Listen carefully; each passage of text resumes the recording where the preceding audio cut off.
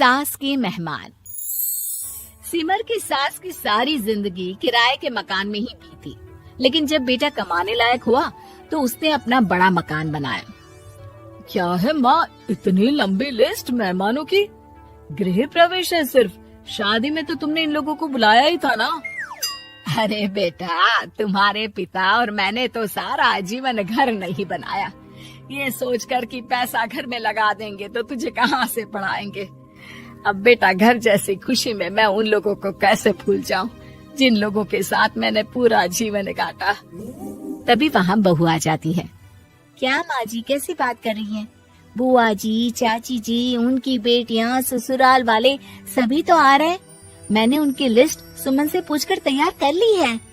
हाँ बेटा, ये लोग तो रिश्तेदार हैं, इन लोगों को तो बुलाना ही है, लेकिन जिन लोगों के साथ मैं किराए के मकानों में रही, वो मकान मालिक, वो पड़ोसी, उन्हें कैसे भूल सकती हूँ।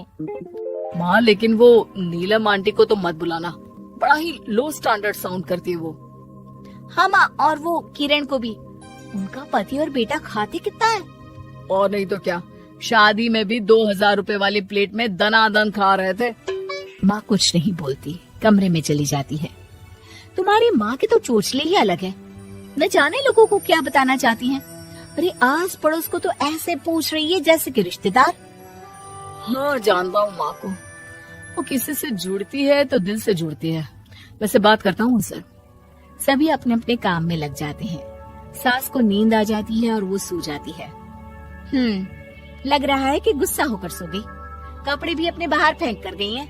बहू है ना, नौकरानी जैसी, कर लेगी काम। बड़बड़ करती बहू सास के कमरे में जाती है और कपड़ों को उनकी अलमारी में रखती है कि तभी उसके हाथ में एक एल्बम और कुछ खत लगते हैं। अरे ये क्या है?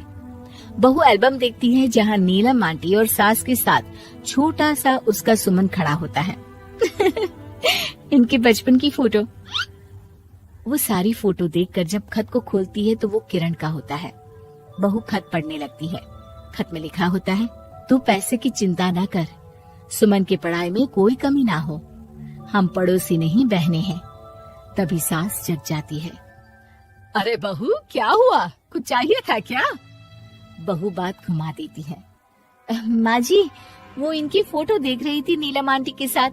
कितनी सुंदर लग रही है ना आंटी। हाँ, दिखा तो जरा फोटो। बहू सास को फोटो देती है।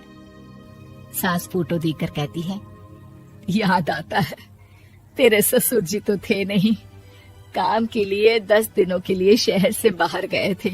जब बेटा होने वाला था तब नीलम आंटी और अरुण अंकल ही थे। आंटी बेचारी रात भर मेरे साथ बैठी रही तो अंकल भाग भाग कर दवाई का इंतजाम कर रहे थे। बेटे के होने के बाद भी जब तक मैं घर नहीं आई मेरे पास ही रहे। रिश्तेदार तो आए थे मुंडन में 10 दिनों के बाद। बहू सुनकर खुश होती है। तभी नजर खत पर पड़ती है। माँ, ये किरण आंटी को आपने पैसे वापस कर दिए? हाँ, वो भी समझ कैसे कैसे किए मैं ही जानती हूँ। सुमन की पढ़ाई के लिए पैसों की जरूरत थी। रिश्तेदारों ने तो साफ बोल दिया था कि किसी होटल में काम पर लगा दो। कई लोग बर्तन धोने के साथ पढ़ाई करते हैं, लेकिन किरण आंटी, उन्होंने अपने बुढ़ापे के लिए बचाए हुए पैसों को सुमन की पढ़ाई के लिए दे दिए। यानी कि आज ये जो कुछ भी है वो किरण आंटी के कारण ही ना? हाँ बहू, ऐसे ऐसे पड़ोसी हुआ करते थे जो किसी रिश्ते के नाम से नहीं बल्कि अपनेपन से भरे थे।